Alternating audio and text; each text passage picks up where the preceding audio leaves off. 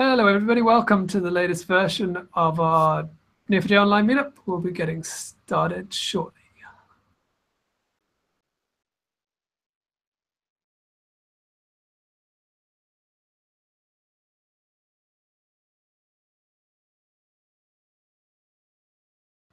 Apparently the shortly is very shortly.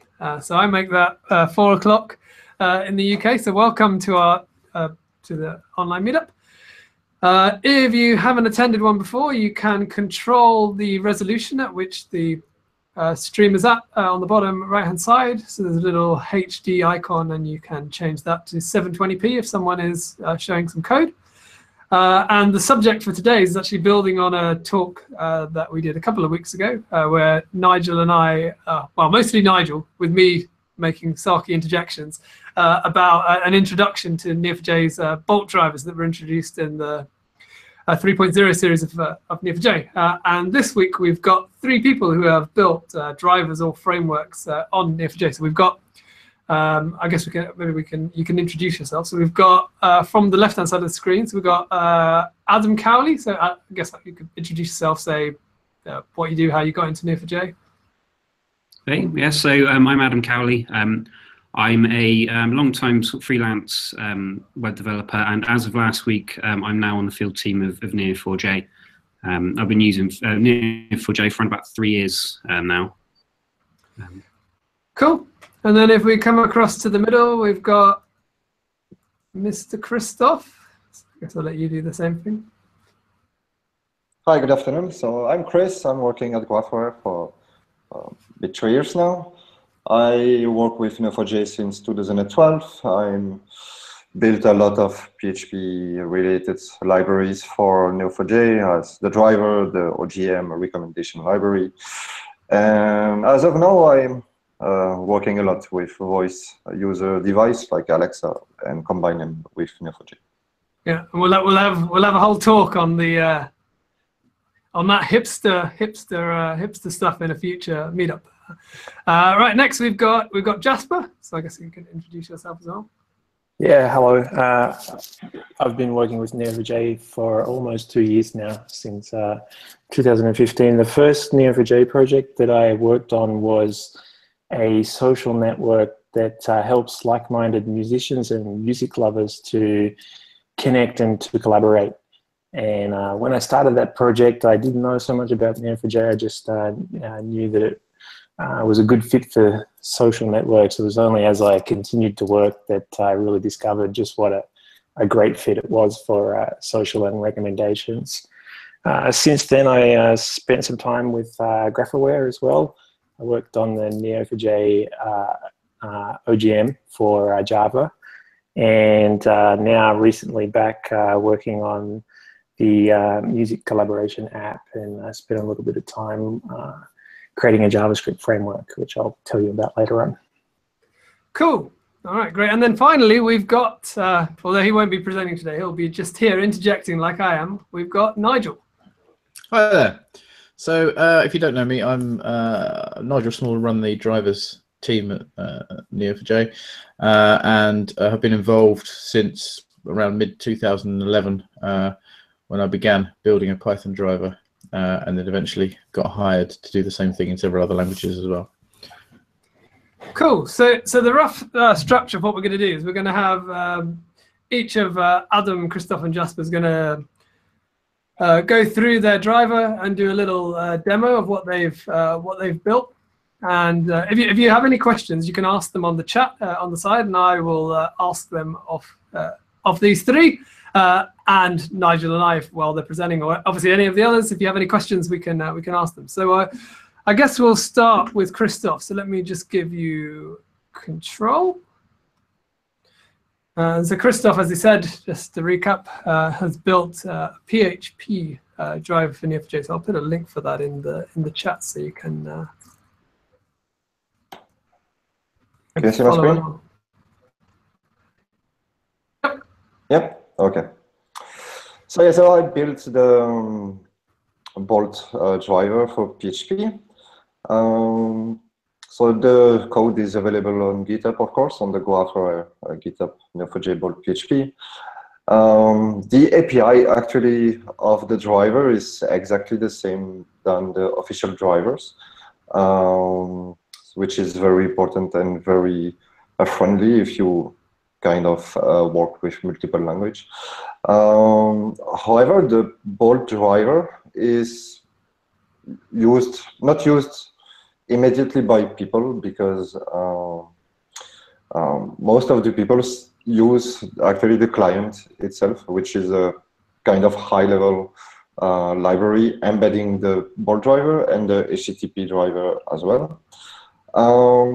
So are there two different projects that you've built? There are two different projects. So cool. mainly people require the Neo4j PHP client project. Why? Because when the Neo4j team started with the Bolt development, and I as well, I wanted to make sure that people could still use HTTP and Bolt from the same library, because changing code, changing dependencies might be like kind of headache sometimes. Even if there were breaking change with the client release with Bolt support, those were very, very worth it. So because the HTTP and Bolt are using exactly the same API. So here, this is how you require the driver. So you build a client instance, and you specify your Neo4j URI. As you can see here, so you can specify the Bolt protocol or the HTTP protocol. And so the API is mainly client run. You pass query parameters, and you can also pass actually the connection alias, which is this. So you can choose actually from every query to use.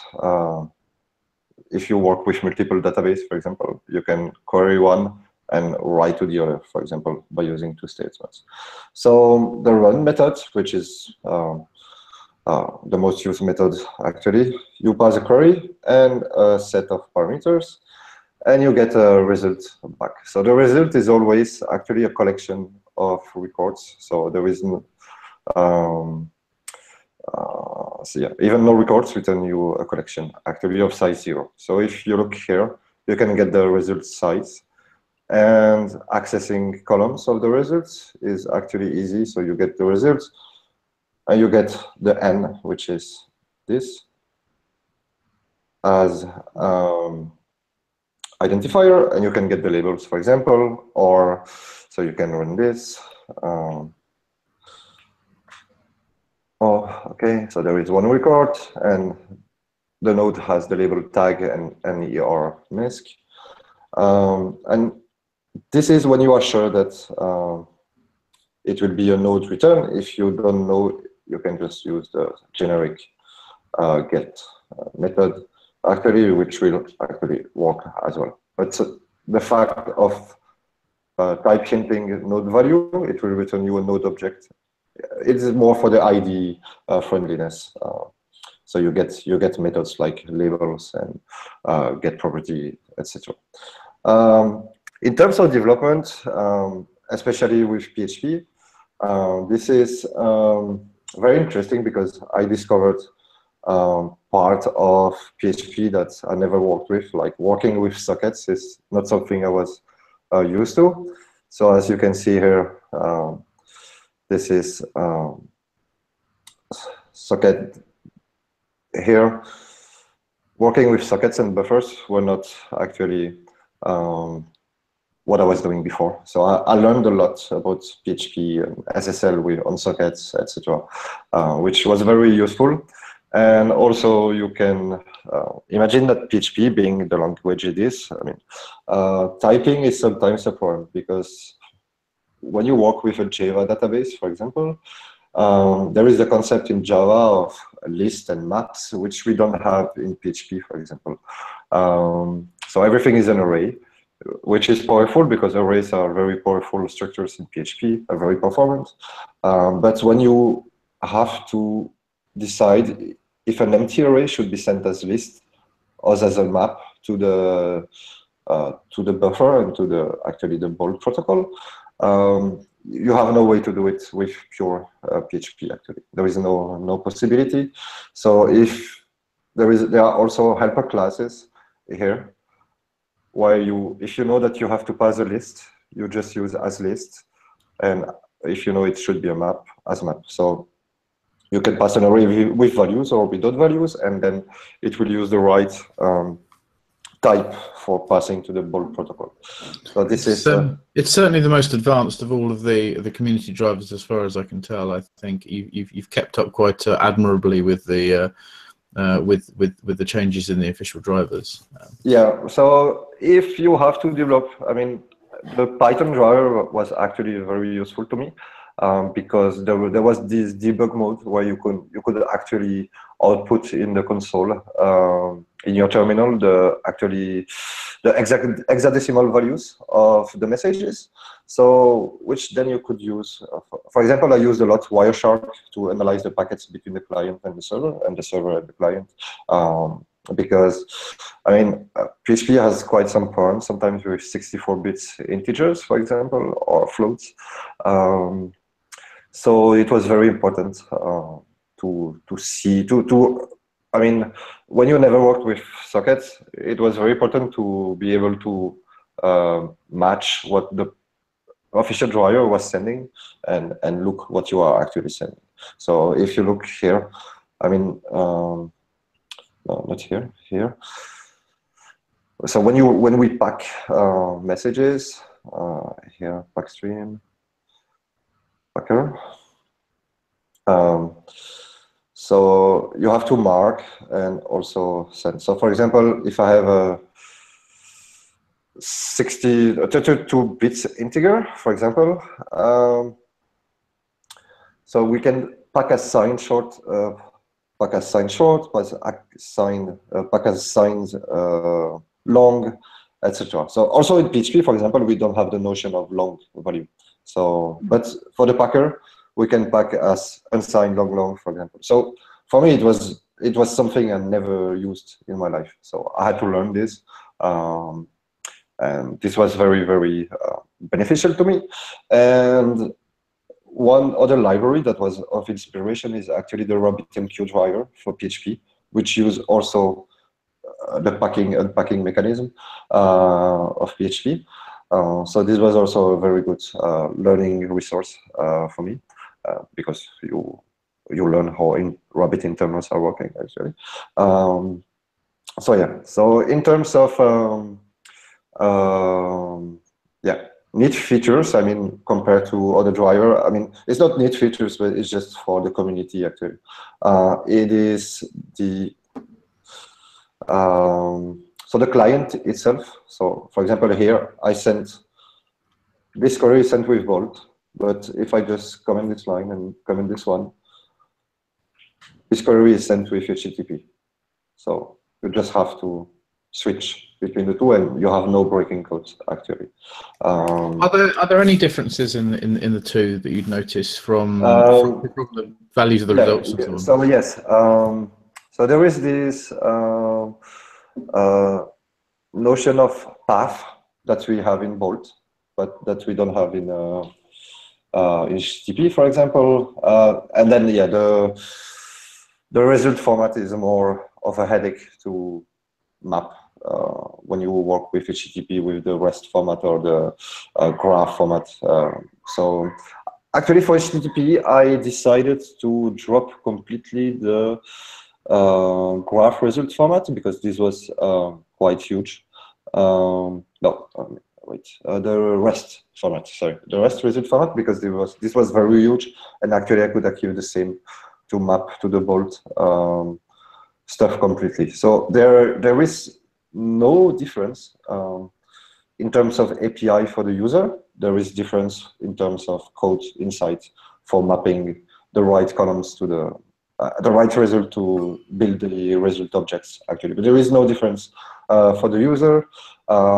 Yeah, except for the SSL features that you don't have for example, the local SSH-like features that you have in Bolt with HTTP.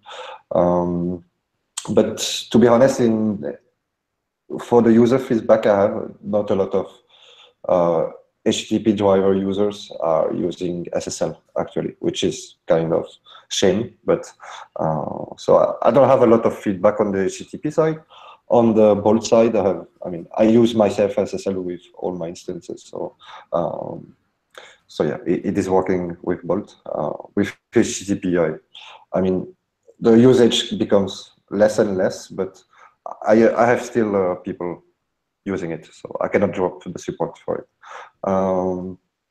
And yeah, so yeah, in terms of difference, there is one, which is HTTP driver support HA fully. So with HA proxy, for example, so passing headers when you send a write query, passing headers when you send a read, etc., which is not supported in Bolt, but in the other side, Bolt support Clojure cluster. So there is. This is 1.1, right? So, so yeah, the other feature is the stacks. So this is something I wanted. So it's just a friendly API to be able to actually build pipelines of queries, so you can just create a buffer of queries that will be sent at the same time, and also queries can be named. So you can, for example, add a tag to your query count creation, and then when you get the results will be a collection of result objects, but you can get the result for only one statement based on the tag. So this is useful for debug, for other kind of things. So actually, this was a feature request in Neo4j itself, but like 3 years ago. So I decided to build it on the client side. So. So yeah, that's it. Does it only run the query when you ask for the results, or does it just run all of them on line 18? No, so this send all the queries, but for reading the results, I can just get it from here. Oh, okay. Yeah, so it's because your statements, so you will just build a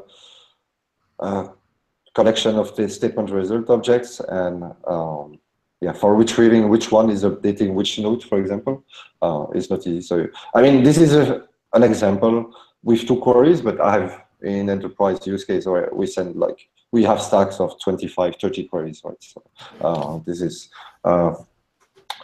for debugging very important. Also, because I build the OGM for PHP, during the unit of work, actually, so in one transaction, we persist all the operations that happen in your domain objects. So this is very important to retrieve easily the results of the node creation, so you can just get back the IDs for creating the relationship queries, inserts, etc. So I use this a lot in the OGM, for example. How does the stack integrate with transactions? You can also run a stack in a transaction. So the first thing you have to do is to create a transaction object, which will not run against the database. This is just a transaction class, which is client aware. So you can just do as client transaction. So, and then you do as transaction run stack. So you will get the results back actually. But as the transaction is not committed yet, so the run stack actually will begin the transaction, but not committed. Not committed. So you have to commit it explicitly. So commit. So here you will get the results back because this is what Neo4j returns you. But the transaction can fail. So so yeah, there is no. This is up to your application code to check that the transaction is successful before using the results, or I mean, react if the transaction is rolled back, for example. So, but you can run stacks in transactions without any problem. Cool. And so you've effectively built 2 drivers, right? You built one for the HTTP protocol, one for the Bolt protocol. Was you have any different experience building those 2, or was it pretty similar?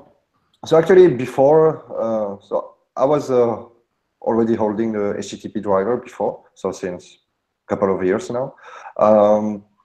But it's helped me So the first version I had, there were some design decisions that I was not very happy with it, which were, I mean, lack of experience working with Neo4j in the beginning. So having a common API between all the drivers helped me to actually fix the design decision I was not happy with, and this was very beneficial for the HTTP driver as well, to map it to the Bolt API. So, and for the users as well, I think. I mean, in the beginning, when you have breaking changes, people are not very happy, but I mean, I kept semantic versioning so people could use still. There was no breaking application, so it was an explicit upgrade of the client. But yeah, at the end, it was very beneficial, and now I don't have any more complaints or, I mean, people ranting about breaking changes, because since a year and a half, there are, no, when was Bolt out? More than a year now. Yeah. So yeah, I think a year and a half. Yeah. Yeah, about that. So last year, I mean, I think I began development last year, June, something like this for Bolt. So I mean, since a year, there are no breaking changes. So. I've been through the same process myself with obviously building HTTP driver and trying to integrate that with the Bolt driver. And there are some interesting challenges that I hit. I mean, the first driver that I built was based around the REST API rather than just Cypher execution. Yes. So there's a very different client-side model that you were working with. But even in terms of just executing Cypher, there are some big differences in type system and so on to work with JSON versus Bolt type system. Yeah. So yeah, the HTTP, there is no type system, but just the API on the client, on the user side is the same. But actually, the HTTP driver is completely different than the Bolt one. I mean, even the internals. But actually, HTTP is pretty easy to use because it's just HTTP request, right? So, but the result is quite verbose compared to Bolt, for example. So this was actually a main pain in the beginning with HTTP drivers. So yeah. So do you have like an idea of how many people are using this? How many people downloaded it, or any of the things like that? Yeah. So for the client itself, there are now like 175,000 downloads. It doesn't mean users; it is downloads. Is that you, like with a script? Yeah. So no, there is. So when you go to packages, so the repository for PHP packages, you can see actually the stats. So you can see the installs. Oh, cool. So there are 175,000. Almost 500 just today. Yeah, but it's because, as I said, the client is used, for example, by the OGM and also by the recommendation library. Right. So, but I assume there is someone who's not using repository caches. So because this is quite a lot. So for example, Travis downloads are using cache. So I mean, it's not because someone runs tests 20 times a day that there will be 20 downloads. Yeah.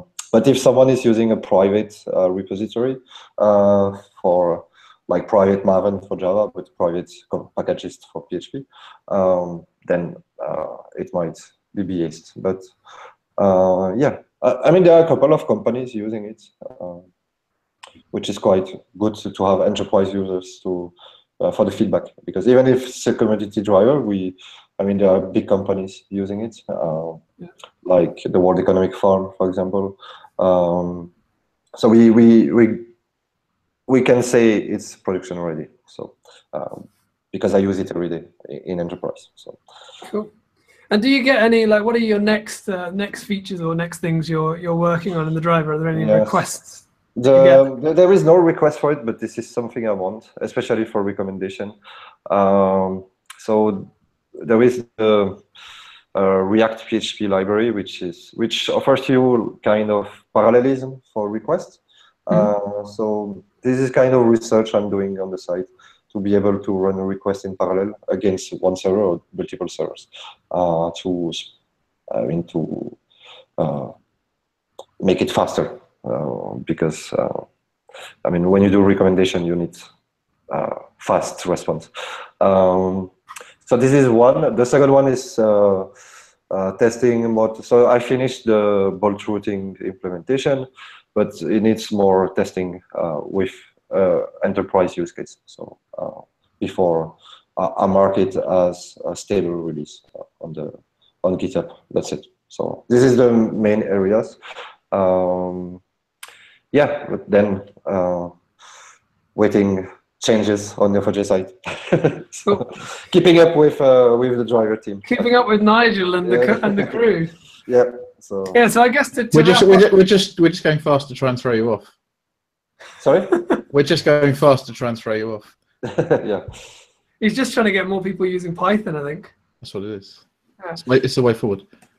So, like, to wrap up, Christoph, would you have any advice you'd give if there's someone listening who wants to build their own driver for a language that doesn't have one? What would be your suggestions? Yeah, I mean, don't be afraid by the low-level thing. I mean, because it's very interesting to learn, even for a language you use for years, and reach out to the Neo4j team. Sometimes it takes time because they're very busy, but they do a good job. Yeah, and learn to use the other drivers, the official drivers like Python and Java. This is very useful to use one, to know sometimes how to build your own API and why such decision I made. So, but I mean, there is the Slack, Neo4j Slack, so it's free. Just use it and ping the drivers channel. Yeah, there is a big community. So, yeah. Yeah, other useful tool is Wireshark. So download it. It's very, very useful to use. That's it. Cool. All right. Thanks, Christoph. So I guess. Thanks to you. I know there's no questions. Is any Adam or Jasper any questions you'd ask Christoph before we move on?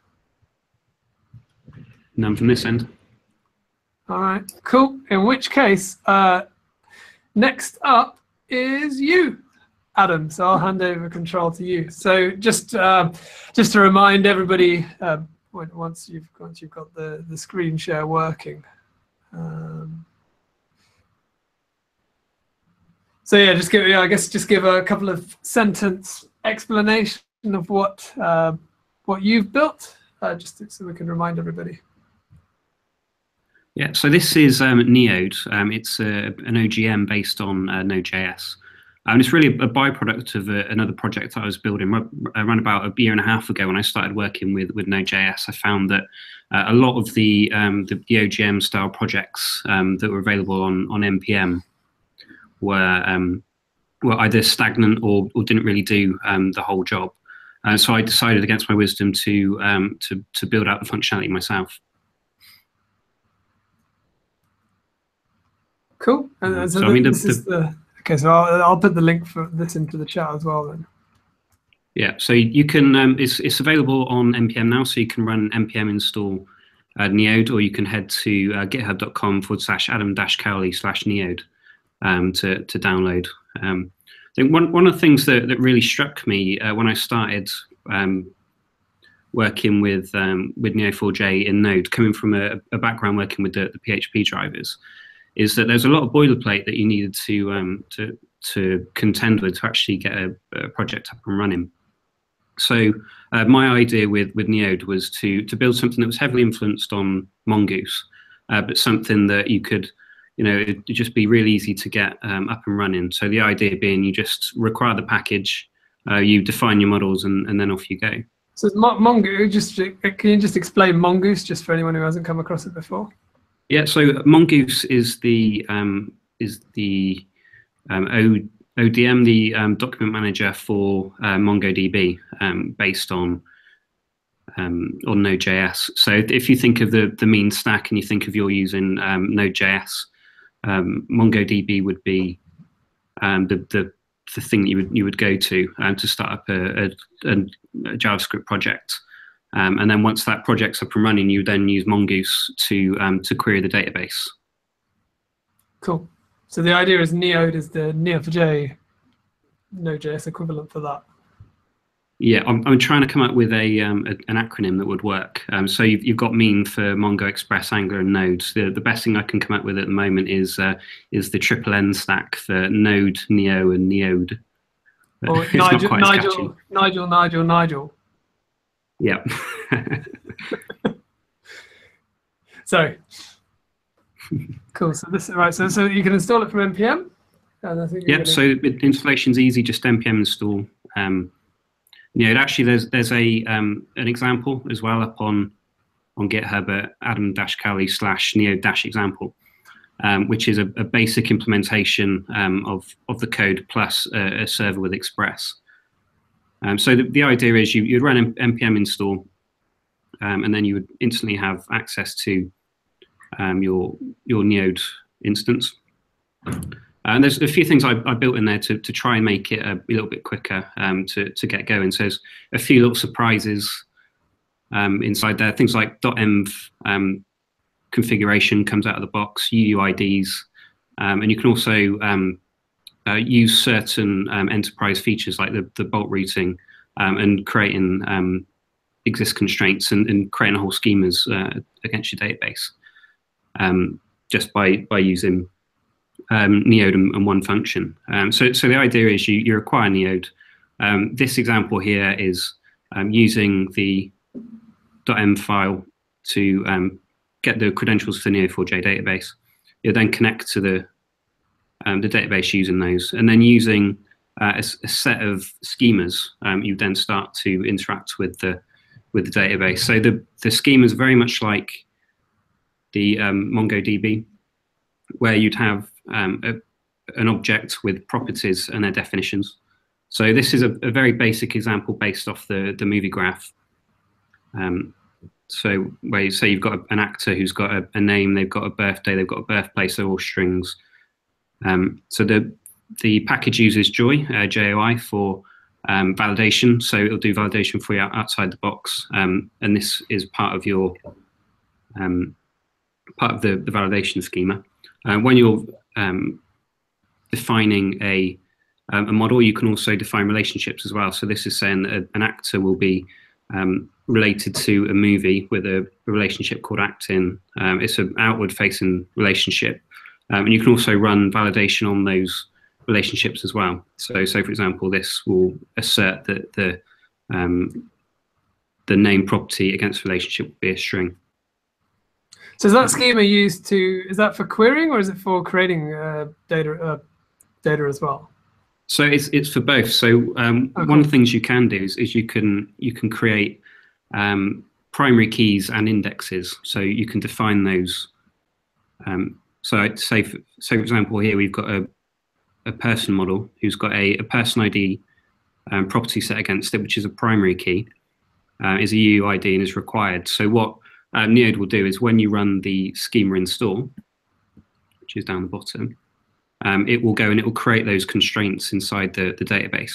And as well as that, if you've got enterprise mode on, it will also create the exist relationship, the exist constraints as well. Cool. So what you can do is when you, say for example, in this example here, we've got we're using Neode to merge a movie based on the title property, and then add these or set these additional properties against it. And what it will do as well is if you set up, say for example, the title is an index or is unique, then it will use that inside the merge statement to merge, so you can omit the on and then just send one big string back. So then, so say, we do that, and it's all promise based as well. So up to date sort of JavaScript. So we can then start to feed through, and we can get an actor definition. We then create 3 actors. So are all those merges for actors, are they being run concurrently, asynchronously? Is that how? Yeah, so they're asynchronously at the moment. What Neode will do is it'll also support batches. So if you want to create 3 in a transaction, then you can batch them together, and then the results will be returned as they would be just by a promise to all in Node. Cool. So the idea is once you've interacted with Node, it will bring back a node class, which is a wrapper which has some nice features to it. So for example, updating, relating one model to another. So here what we're doing is we're taking the adulthood movie, we're then taking these three actors, and then we're creating a relationship between them, which is one of the relationships that we defined inside the schema file. And another nice thing it will do is if you've got your relationships defined within the schema, instead of using this relate to step, you can provide the information straight through, and you can pass through either a node instance or the ID property or an object containing match parameters, and it will go and match those, find those, and then create the relationship there as well. Cool.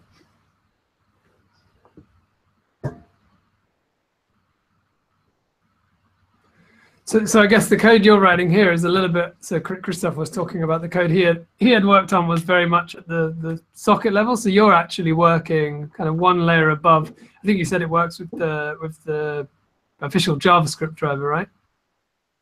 Yeah, that's right. So it's built on top of the JavaScript drivers, so it will support anything that those drivers support. So transactions queries. It supports Bolt, and it supports the Bolt plus routing protocol. Okay. So the idea wasn't to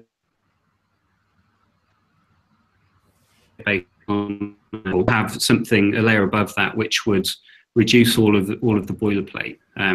For example, these queries in the example can get really but they're quite verbose, but it's a lot of code to write. Whereas if you can say, well, I want to define, I want to create a certain node with a certain set of labels, set properties, you can define that straight out of the box. And another thing that it does that I thought was quite important was there's no necessarily there's no validation inside Neo4j itself. So there's a layer of validation that sits on top of that says that a name has to be a string and it has to be a certain length. So you can define that, and it will spit that information back out, and it's so we don't have to worry about the persistence. All we have to worry about is what we want to do with the data itself. So here's a brief example here, building on top of Express. So what we're doing is we're creating an instance of Express. We're defining Neode, and then within a few lines of code, we've now got a REST API which will allow you to either return a paginated list of results, or finding by IDs, finding by keys, things like that.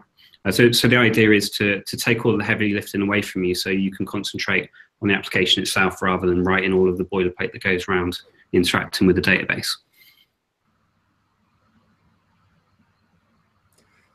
Cool. And so did you have any projects that you used for lack of a better word, for inspiration, to figure out what you needed to, what code you needed to write, or is this just you've got all the inspiration in your own brain?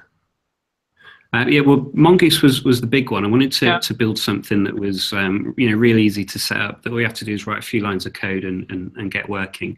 I think Mongoose was the big one for me. And once that similar API and the similar way of defining models was built, then it was just a case of leaning on the examples inside the driver itself to work out how to persist that information and how to run the validation. There's also a library called Multicolor, which is an API generator, and that was something I've used on a few projects before, and it was a big influence in terms of also defining the schemas and the validation as well. Are there any major problems that you've hit? Nothing too big, to be honest. I think it's all been quite easy sailing. I think the only problems are ones that I've tried to introduce myself when I've tried to build extra levels of complexity in there. One of the things that I did build inadvertently was to build a query builder, which is used for all of the find, get, type, the reading style API calls. And that's one of the things that I didn't quite anticipate, but there's a few things that I've built in there that I wouldn't necessarily need, and it's probably a little bit overly complicated for the example. But I think it's something that I'd like to extract out and to make a little bit more widely supported, really. Yeah, I know. Yeah, I've tried similar things myself, and it's not always as straightforward as it first seems. But I think it's good. And the interface you've got looks superb. Yeah, I mean, for the community, it is also very important, this kind of libraries, because when you work like 10 years with tools like Hibernate or Doctrine in PHP, you moving to a new technology is sometimes, I mean, you cannot build an application. You can, but I mean, it's not friendly to build your own OGM every time you make a new project. So it's very important to have an onboarding experience for new people to Neo4j, to actually retrieve what they had before, like Mongoose and etc. So for the community, it is very important.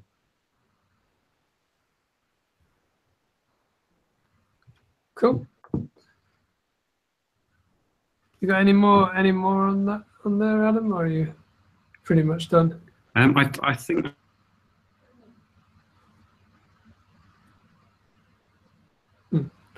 If anybody look at it, it's still a minor release. So if anybody would like to give me any feedback, then it'd be greatly appreciated. Cool.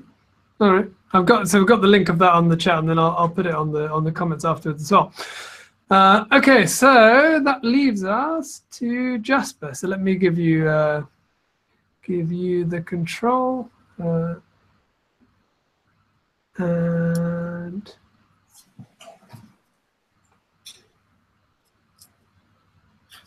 don't know whether I've succeeded or not. Are we all set? Yeah, I think you've got control of the presentation now. All right. So mine's actually a really simple utility. It'll only take a few minutes to. Well, are you showing your screen? Because it's not showing yet. If you are. Right. How about now? Nope. Yeah, try again now. I think it's only you presenting and nobody else. Let's have a look. Where's the screen? Here we go. Okay. Can you see the screen? Yep. Is it all good for you as well, Adam, Christoph?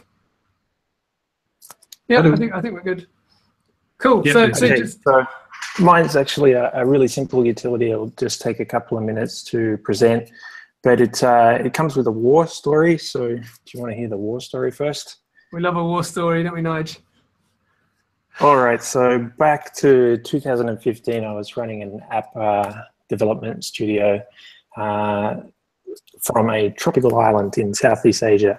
And we got the contract to build an application that would help like-minded musicians and music lovers to connect.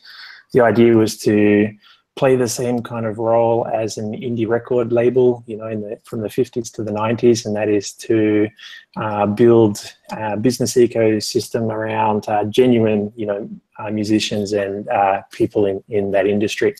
So started building the app itself, and then the time was to build the back end. So I looked at what technology I thought we could use and settled upon Neo4j, and then decided that I would use, because I was comfortable with the Spring ecosystem, to use, you know, the Spring data for Neo4j and the Neo4j OGM. And because Java was a little bit not so much fun, I used the JVM language Kotlin.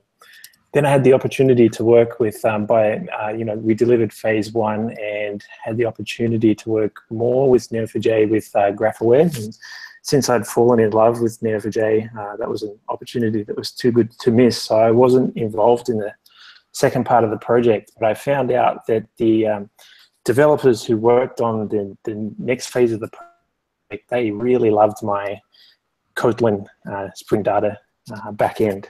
In fact, they loved it so much that they ported the whole thing to Node.js.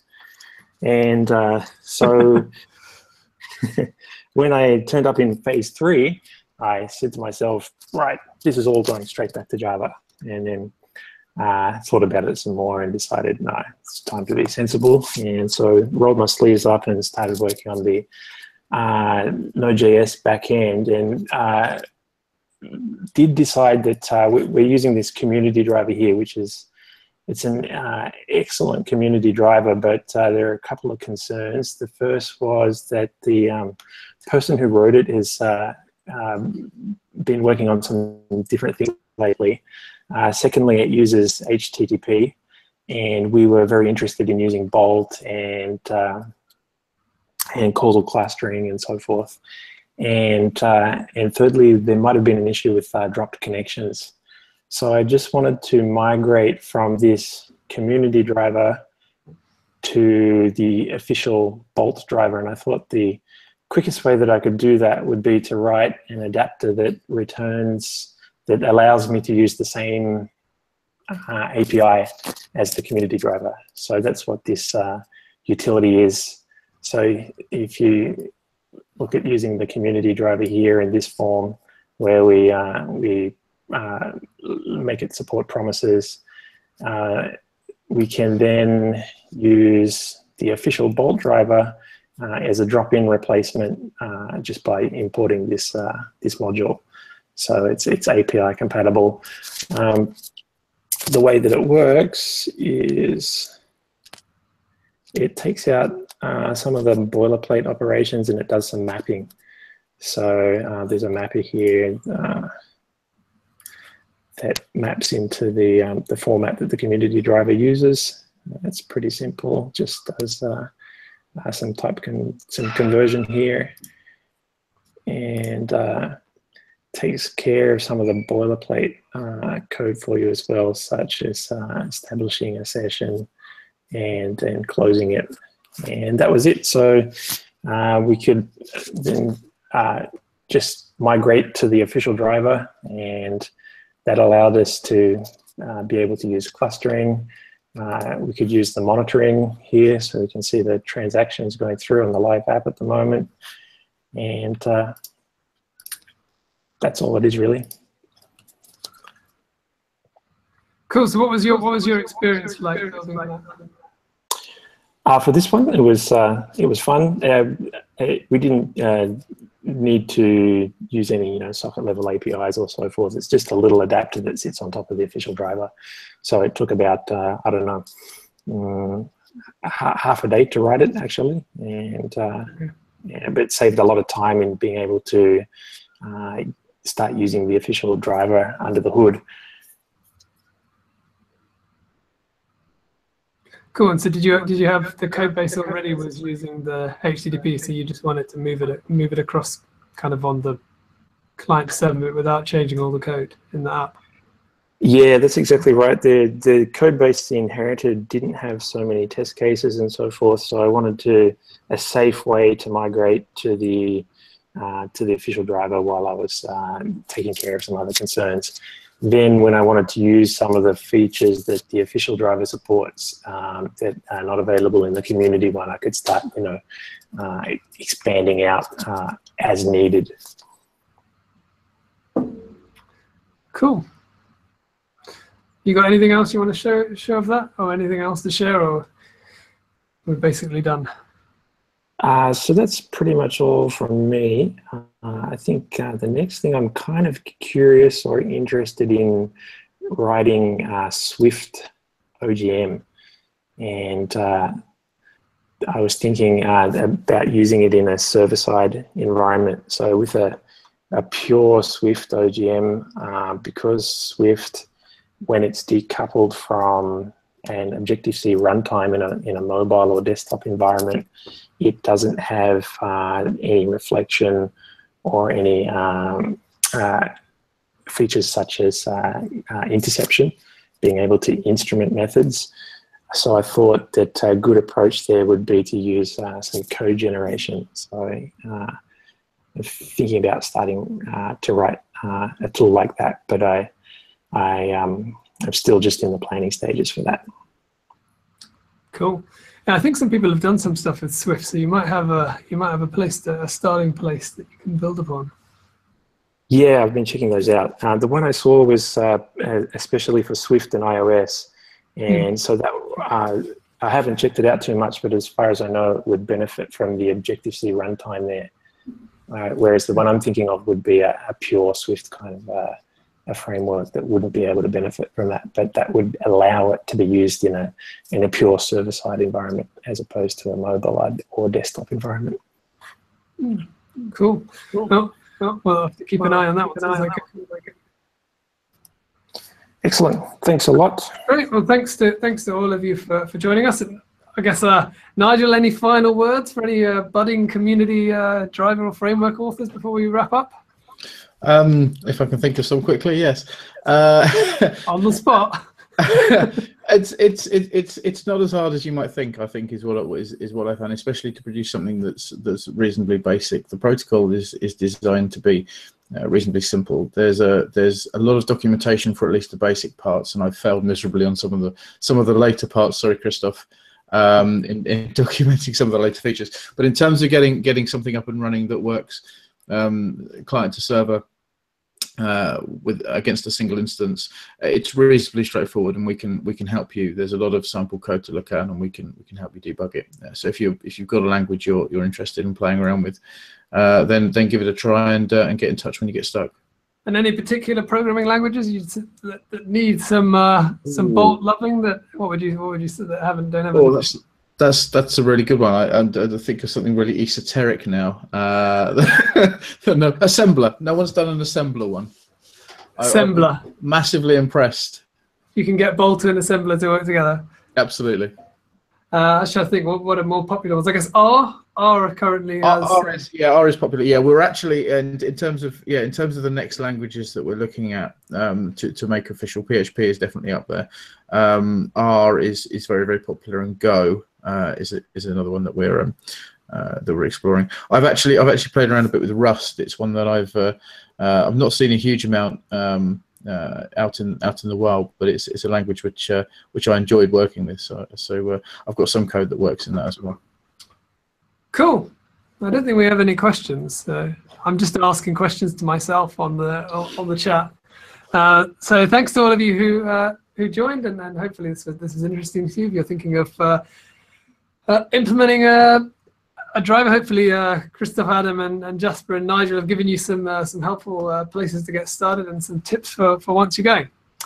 So with that, I guess we'll call it a day. So our next meetup next Thursday, 1 hour later than what we did today, and we've got Malco Falkier, hopefully I pronounced that right, and he's going to be talking about versioning graphs. He's built a tool to help you do that. So, right, thanks to Nigel, Jasper, Christoph, Adam. And thank you. Until next time, bye everyone. Bye.